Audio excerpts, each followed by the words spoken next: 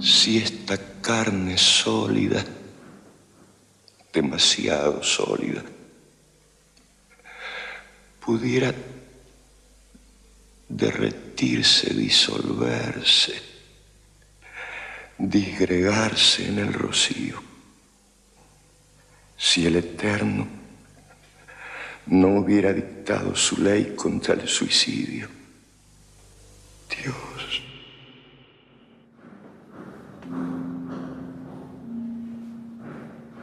Ser o no ser. Ese es el problema. Para hablar de los aspectos de Alfredo, como actor y como persona, en principio yo tendría que ser poeta, y bueno además, porque Alfredo era un poeta en todas sus acciones, en sus comportamientos, en sus expresiones, no importa, para hablar de lo más cotidiano, siempre tenía la rarísima habilidad de ser preciso y emocionante al mismo tiempo en lo que describía, hasta cuando tenía que putear, hasta cuando se tenía que enojar por algo. Con los años que trabajamos juntos, con los años que caminé, o tuve la suerte de caminar al lado de él, lo que me impresionó es que él te enseñaba de corazón, sabiendo que era el mejor y será el mejor para siempre, pero él te enseñaba, y la humildad que él manejaba era uno de los aspectos que más valoro siempre de él. Había algo en el peso de sus palabras, en el decir. Me parecía que era inabordable ese texto de La Tempestad, ¿no? Ese Próspero. Yo era Miranda, por supuesto, de hecho mi hija se llama Miranda por ese personaje. Y había algo en su decir, en su voz, en su expresión, en sus manos, en su peso, con cada palabra como desarticulando y una música en cada una de sus palabras. Y lo que me generaba a mí era imágenes todo el tiempo. ¿Qué estorbo fui entonces para usted? Fuiste el querubín que me salvó. Te sonreías, imbuida de una fuerza celestial. Cuando yo cubría el mar de lágrimas saladas, gimiendo bajo el peso de mi desgracia. Siempre me cautivó de él la gran sutileza y la dimensión que él lograba darle no solo a las palabras, sino también a los textos que él decía. Siempre me ha impresionado de Alfredo, y que después lo corroboré como compañero, dos cosas. Primero, que te hacía entender el texto más complicado del mundo. No sé cómo hacía para hacerte entender textos absolutamente clásicos, literarios de la dramaturgia teatral, complicadísimos, con una tomada de aire larguísima. Y vos estabas ahí como espectador y vos lo entendías lo que estaba diciendo, lo que generaba energéticamente. Uno estaba en la platea absolutamente cautivado por todo lo que él podía llegar a expresar. ¿Y por qué quería que subieras? Me dio los mandamientos. ¿Qué te dio qué cosa? Bueno, en realidad no son mandamientos, es una mala traducción, Goy, ¿no? Son las palabras de Dios. Le explican a uno cómo ser bueno en lugar de ser feliz. Ya sé que hacer teatro es tener miedo. Ya se sabe que es. Eso y otras cosas, pero tener miedo seguro. Bueno, después de esta reflexión tan profunda... Un lunes por la mañana, a eso de las 11:30, Cuando el sol deja sin sombra los juncos y madreselvas, cuando alegremente bailan brisa y tomillo en la sierra y van cayendo las verdes hojas de las madroñeras, regaba sus alegrías la arisca, la lavandería. Yo creo que fui de los peores alumnos que pasaron por la Escuela Nacional de Arte Dramático de los peores. Bruto como pocos, porque no sabía nada, era muy chico. Entonces me acuerdo que un día una profesora de la escuela me dijo, mira, aquí viene cada bruto. Me dijo, cada bruto. Un día vino uno a dar un examen y le preguntamos, ¿qué teatro conoce? Eso, en la jerga teatral, ¿qué teatro conoce? Quiere decir qué obras de teatro has leído. Pero yo lo tomé literalmente. ¿Qué teatro conoce? Yo no los conocía, pero elegí los más lindos. Dije, el Odeón, entonces ella el Liceo, claro. Ella lo contaba como ejemplo de los brutos. Y yo dije, señora, ese bruto era yo. Porque ¿por qué tenía yo que saber que eso se decía así en la jerga teatral? Hay algo que aprendí de Alfredo fundamentalmente que tiene que ver con la humildad. Con la humildad de ese grande, de ese tipo que estaba parado en el escenario y que podía tener un montón de inseguridades, pero que en el momento de estar presente era humilde y era un gran compañero. La forma en la que a veces se olvidaba de todos los dones que tenía, porque si hubiera sido consciente de todas las cosas que tenía, no se hubiese podido mover. Yo creo que en alguna parte, porque no era sonso, todo lo contrario, era muy consciente de ese instrumento que él tenía. Y cuando se olvidaba de eso y jugaba como un chico, todo eso se potenciaba. Y era admirable verlo disfrutar, verlo volar en eso. Es el día de hoy que yo sigo reconociendo o entendiendo cosas que él me decía en su momento. Creo que cada paso que doy en la actuación siempre tengo un recuerdo o algo que él, sin que yo me diese cuenta, me empujaba a hacer. Me di cuenta que él lo que me enseñaba cada vez que me pedía que opine era a entender que mi voz o lo que yo pensaba podía tener sentido. Ustedes dicen, esto no puede ser, pero para ellos todo puede ser. Pero ustedes dicen, no es verdad. ¿Y por qué? Porque no es verdad para vos, ni para vos, ni para vos, ni para vos, ni para otros 100.000. Habría que ver cuál es el fruto de la lógica que les parece verdad a esos 100.000 que dicen que no están locos. Alfredo tenía algo como un alquimista cuando estaba en el escenario. Lograba una especie de atmósfera propia, un sistema propio. Transformaba el tiempo en una situación de comunión con el público tan potente, energéticamente inclusive, que era un viaje un poco por fuera de lo cotidiano. Hay algo de él, lo que hacía, creo entender yo, un gran movimiento de fuerza molecular. Es decir, el tipo se movía de tal manera y extendía un brazo, y nosotros estábamos a 2 metros, pero a una especie de onda expansiva nos corríamos 3 metros más. De rodillas, te suplico la muerte. No, no te detengas. Yo maté a tu marido, pero fue tu belleza la que me provocó. Envidio a los actores que se ven y lloran de verse. Digo, qué suerte, ¿no? Que pueden tener ese desdoblamiento. Yo me veo y veo todo lo que... Digo, y eso era lo que yo soñaba, bueno, si no sabes cómo te sale tal escena. A veces cuando se graba, yo nunca quiero ver en el teatro, dice, qué bien te sale esto. Después lo veo, digo, era eso lo que me salía. Uno se imagina que se te está viendo el alma, claro, y no, siempre se te ve el cuerpo, ¿no? Nada, o sea, te quedás ahí, ¿no? El otro te ve cosas, ¿no? Porque en el teatro, como en el amor, no hay nada como la primera vez. Y que lo único que uno le podría decir al otro, sea que recién empieza, o sea vos a mí y yo a vos, tratar de escuchar tu música, tu sonidito, ¿no? Esta es una profesión que no siempre te van a pedir que crezcas. A lo mejor cuando haces algo y está bien, quédate ahí. Y esto es otra de las cosas que él me decía. Dice, nunca te van a pedir que crezcas. Crecé. Cree. Creo que gran parte de lo que soy es por haberme cruzado con él. La primera vez que lo vi, y la última vez que lo vi, fue en la Casa Cuberta.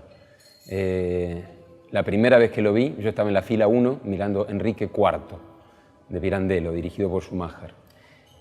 Y me acuerdo que yo tendría 24, 25 años, recién estaba empezando, había arrancado mi carrera hace poco tiempo.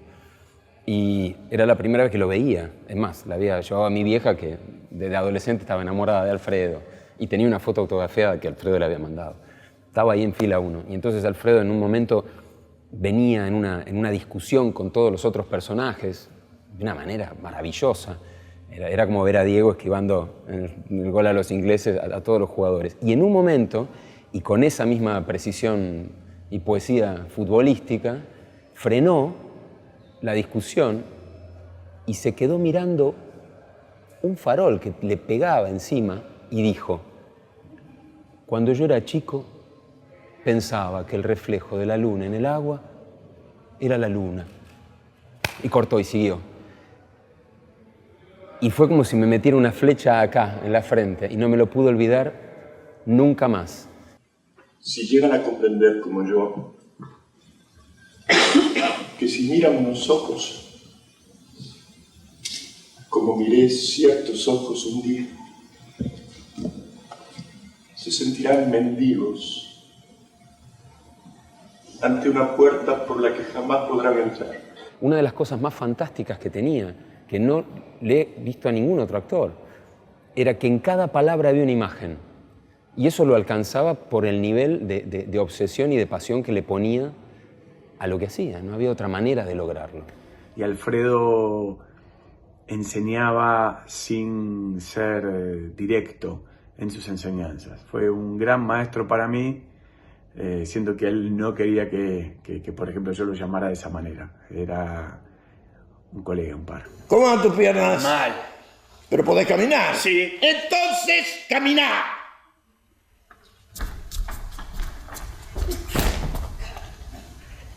¿Dónde estás?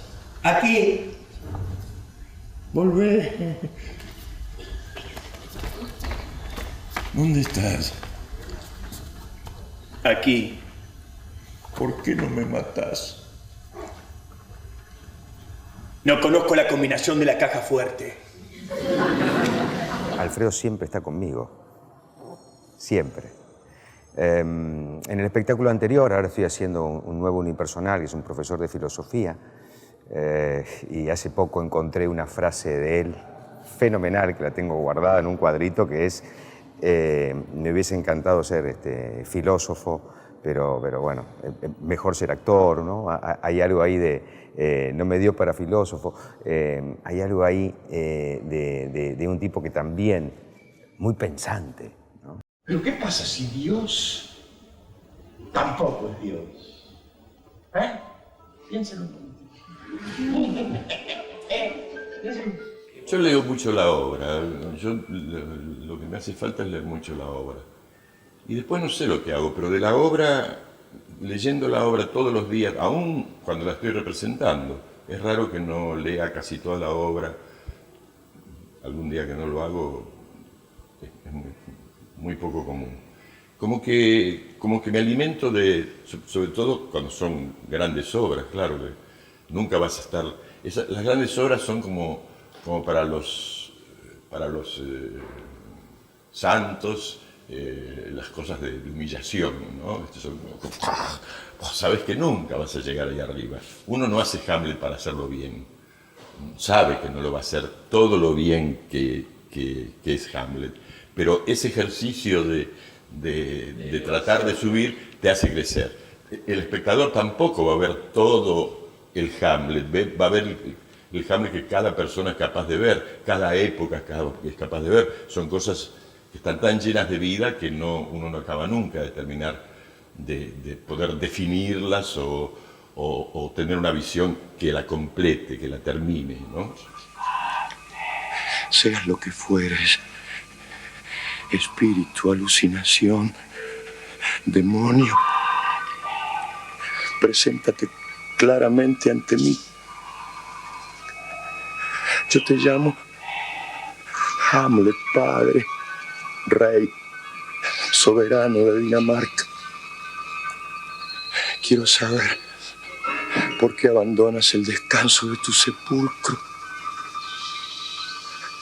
Respóndeme. En un momento, gran tempestad, bajan, está el barco encallado, bajan en la isla, Próspero y todos los marineros. Entonces entraba el personaje de Osvaldo Bonet y tenía que decir: tengo mis viejos huesos cansados. No puedo más. Me duelen mis viejos huesos. Y un día entra y dice: tengo mis viejos huevos cansados. Bueno, Osvaldo Bonet, con quien compartí esa obra y compartí otra más también el San Martín en el Regio, bueno, hermoso, pero imagínate toda la situación. Lo primero que hizo Alfredo, se dio vuelta, o sea, estaba parado enfrente, se dio vuelta para donde estaba la escenografía, no se quedó mirando al público y no sabía si irse o no irse. Plena temporada de ensayo de Variaciones Goldberg. El director, Roberto Villanueva, Alfredo haciendo de Dios, yo haciendo de Jesús. Roberto nos quería ver como padre e hijo. Y Alfredo decía: no son padre e hijo, son hermanos. La historia lo dice, son hermanos. Sí, pero el padre e hijo son hermanos. Entonces, quería una postura, Roberto, que tenía que verme con el padre e hijo, y Alfredo decía: no. Entró la discusión, entró, y éramos 40 en las salas de ensayo, ¿no? Y de pronto se empieza a tomar calor eso, ¿no? Y veo que empieza por los rincones a irse la gente, a salir del ensayo, ¿no? Como se hunde el barco, dijimos, ¿viste? ¡Bam, bam!, ¿no? Y yo veía que esa discusión estaba terrible y yo decía para mí, yo no puedo creer que esto se va a pudrir, ¿no? Y que yo me voy a perder esta oportunidad enorme que Dios me da. Y de pronto dije: soy Jesús, voy a ver si puedo empezar a calmar las aguas. Evidentemente se calmaron, no sé cuánta fuerza puse en eso, pero sí mi intención, ¿no? Y todo se tranquilizó y volvimos a ensayar. Por supuesto quedó la postura de hermanos, porque tenía razón también. Me encantaba cuando nosotros estábamos de gira. Yo siempre cuento que él paraba a la gente. Si él quería, cuando quería, detenía a las personas. Y recuerdo siempre que cuando hacíamos la gira yo iba antes y me ocupaba de que las luces estén como tenían que estar, las marcas, lo que sea, para que cuando él llegara ya estaba todo hecho y no tenía. Y a veces tenía que probar sonido. Y a veces él decía 1, 2, 3. O a veces recitaba poemas de Lorca. Y era impresionante porque a veces cuando él quería o jugaba a eso y recitaba los poemas, la gente que estaba moviendo una escalera, el coso, se quedaba quieto. Y yo estaba esperando ese momento y veía que todos se quedaban hasta que él terminaba el poema y ahí seguían. Era algo maravilloso. Me acuerdo que hubo una noche que estuvimos a último momento si la función se hacía o no, y hubo algo de esa noche que esa función fue muy especial, porque esa tensión que se generó previo a la función hizo que la función tuviera la realidad y la ficción en ese momento estaba no había mucho límite, es la sensación que yo tengo. Sin embargo, me dejas. Trato. No me querés. No. Antes me querías. Antes. Te hice sufrir demasiado. Haciendo Rey Lear, yo tenía 2 monólogos en esa obra. Y en el final del primer monólogo había un momento en el cual yo tenía que salir, había un apagón y él tenía un cruce conmigo, muy breve, de 3 o 4 segundos. Y siempre me decía algo, pero una noche, saliendo, me agarró del brazo, lo debo haber hecho bien una noche, y me dijo: no te olvides que cuando estás en el escenario sos lo mejor de vos mismo. Consígase ojos de vidrio y haga como los políticos que simulan ver lo que no ven. Él tenía una fascinación con el número 3. Él había nacido el 3 de marzo del 30. Y Creer o Reventar porque en el teatro también es querer reventar. Al tercer día de su muerte, yo tuve un sueño con él. Yo estaba en un bar. Él estaba muy joven, tenía como una especie de blusa blanca, con estos... con el cliché de la blusa hamletiana, con los piolines, y con una melenota grandota, llena de rulos, muy joven él.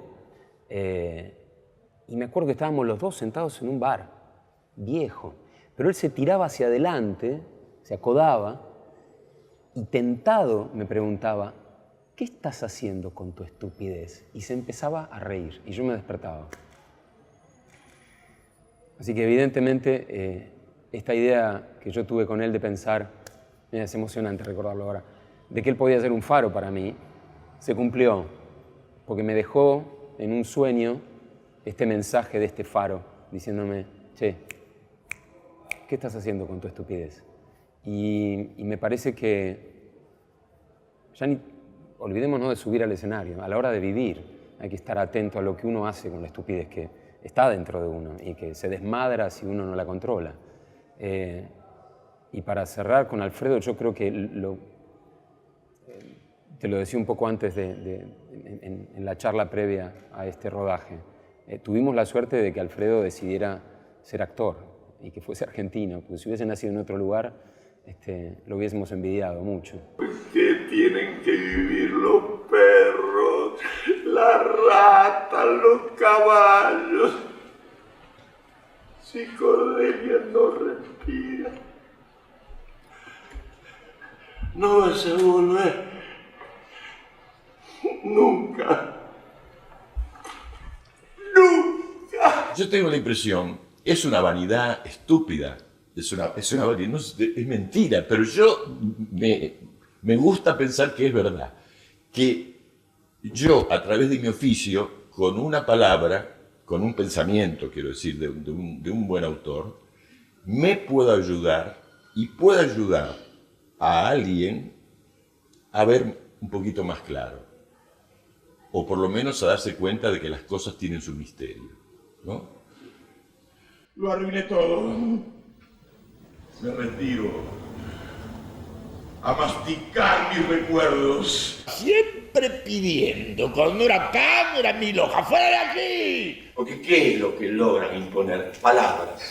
Qué absurdas, tediosas y gastadas resultan para mí todas las costumbres de este mundo. ¡Delante de los locos todos! ¡Tienen que estar así! Lo que más me gusta es sentir el afecto, porque como decía Miguel Hernández, algún día se pondrá el tiempo amarillo sobre mi fotografía, ¿no? O sea que las fotos, las críticas, qué bien que estuvo, qué sé yo qué, eso con el tiempo, ¿quién se acuerda? Pero el afecto parece que todos los días empieza de nuevo, ¿viste? Como los perros que siempre que te ven se ponen muy contentos, ¿no? Tienen tal capacidad de alegría al verte. Bueno, esto es lo que me pasa a mí cuando vengo a San Martín. Atención, por favor, al elenco de las variaciones Goldberg. 5 minutos. La llave. Es más fácil en la puerta. Hasta luego. Voy en el ascensor porque tengo miedo de resbalarme. Todos los días me da un miedo cuando estoy por salir, me da un miedo y unas ganas de que llegue el momento. Las dos cosas a la vez. Cuidado. ¿Quién sabe primero? No, no es nada. Siempre te pido los zapatos, Alfredo. No, pero sí, hace días de todas maneras. Sí. O sea que antes de que empiece el coso tenemos que entrar. Cuando ahí se la Pero al final de la al final de la obertura. Al final de la obertura. Yo quiero que me enseñen un llanto como un río. No te conoce el lomo de la piedra, ni el raso negro donde te destrozas, el doble resuello de los toros. El otoño vendrá con caracol, uva de nieve y montes agripados. Yo canto su elegancia y profundas brillas de caballo que se pierden en hormigas de tu casa. Tu apetencia de muerte.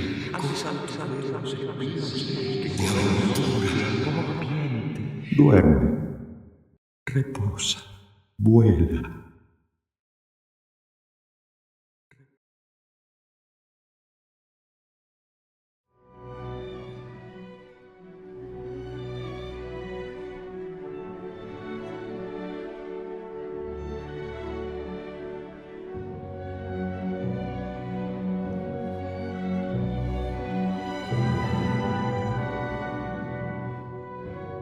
Buenas tardes, buenos días, buenas noches. Sí, dale. Vos hablá y que Dios me ayude. Porque tiene que ser de usted. Pero me paré, no importa. Sentate. Hola. ¿Cómo te va? estás? A veces, muchas veces te van a llamarte, pero digo, vas a decir que hincha pelota. No, ahora ya salgo a las 12, por eso no te llamo. Bueno, ¿estás bien? Sí. Bueno. Me escapé del ensayo. Bueno, me alegro mucho de verte. Hasta luego. Hasta luego. Eso, la fragilidad, eso es lo que es hermoso. Porque todos los que estamos ahí arriba, además, somos frágiles y lo estamos demostrando. Y yo creo que una de las mejores cosas que uno le puede decir al otro es: somos frágiles.